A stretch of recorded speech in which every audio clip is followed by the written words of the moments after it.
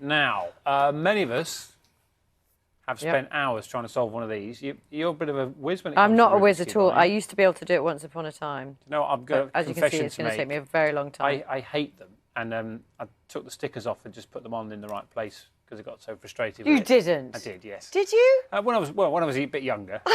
I don't know.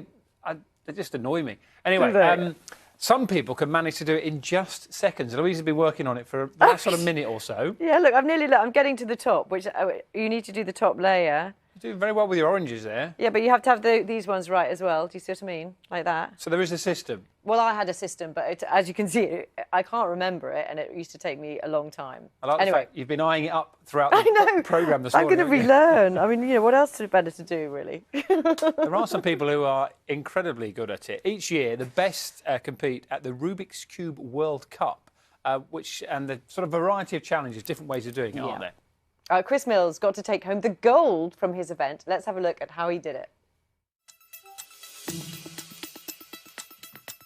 All my nerves just went away and I solved like incredibly, and I managed to get 2-0 in a best of 3. And I was just blown away with my performance. I was extremely happy. All my friends were congratulating me. I could hear my parents cheering downstairs. It was, let's go!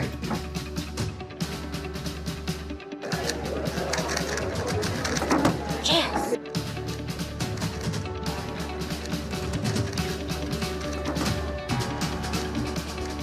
If you put your mind to it, you can accomplish anything.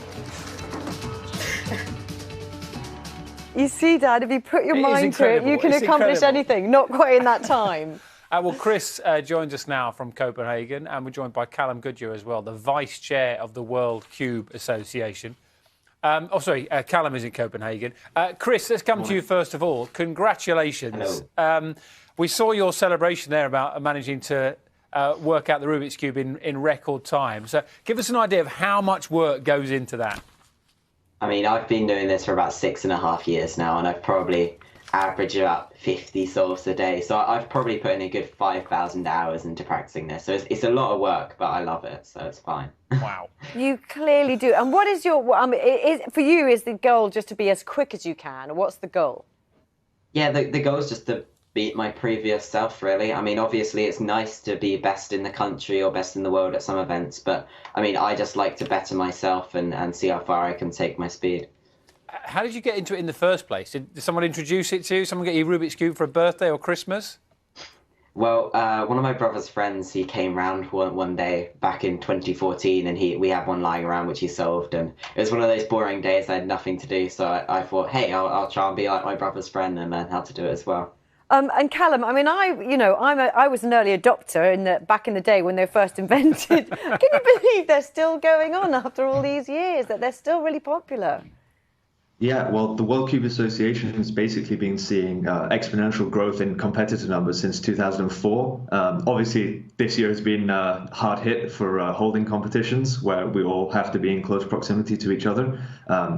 So Red Bull did a good job of moving this online. But hopefully this pandemic with people locked inside can get people to learn. Yeah, you say learn. Are there particular, because I learned a particular way. Is there just one way, or are there lots of different ways to solve it?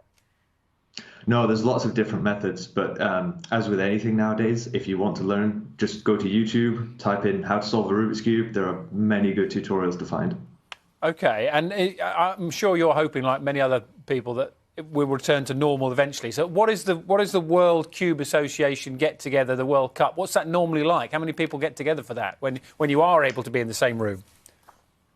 Right, so the World Cube Association held their World Championship last year in Melbourne, Australia. And we were just shy of 1,000 competitors, which was quite good considering the distances most people had to travel to get there.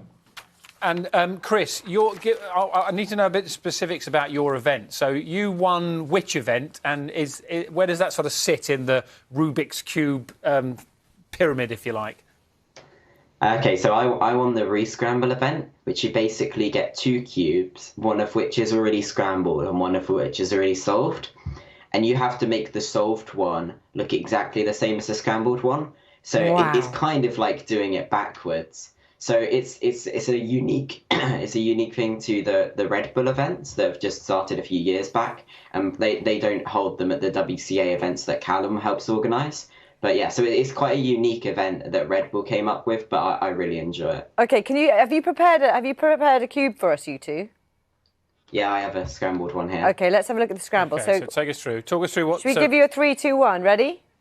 3, Yeah, 2, sure. 1, go.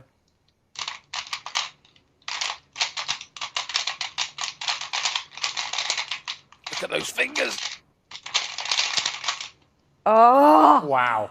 Right, Chris. I love that. Chris, talk me through your method there. I want to know your method. That was about 8 seconds, by the way. Talk you through the method. He can't talk you through. There's about 20 different moves. What are you thinking about while you're doing that? Is it just a learned process or what? I mean, yeah, like for me now, like that was all just muscle memory. Like I could basically do that in my sleep, but yeah. Oh, in the time you've managed to do that, shall I show you? You probably can't see it at home, but I'm sort of, yeah. We've got an orange side, everyone. No, I don't have an orange side. I've got I've got that, and then I'm getting round this bit. But it's really strange, actually. What I'm genuinely going to go back and learn how to do this again, because it's really interesting, kind of bringing back the memories of the moves and thinking, oh yeah, that needs to go there, because you change one and then the other one changes, but there are ways to do it which I can vaguely remember. Chris, what are you spending the money on, by the way? I know you get a share of £20,000. So what are you spending it on? Well, I've just booked a flight to New Zealand last night, so lots of it will be going towards my trip there. Brilliant. Okay, and a new cube, maybe? Yeah, possibly. Yeah, go on, son. Well done, Chris. Lovely to talk to you. Callum, well done as well. Yeah. Do you know how many have been sold over the years, Rubik's Cubes? 350 million have been sold around the world. First invented in 1974. It was called the Magic Cube to start with by a Hungarian called Erno Rubiks. I remember it well. I'm going to carry on with that, Dan. I'm quite excited about it. Will you let me know later whether you managed to do it? I'm going to do that. By tomorrow's programme, I'm sure you can pull it.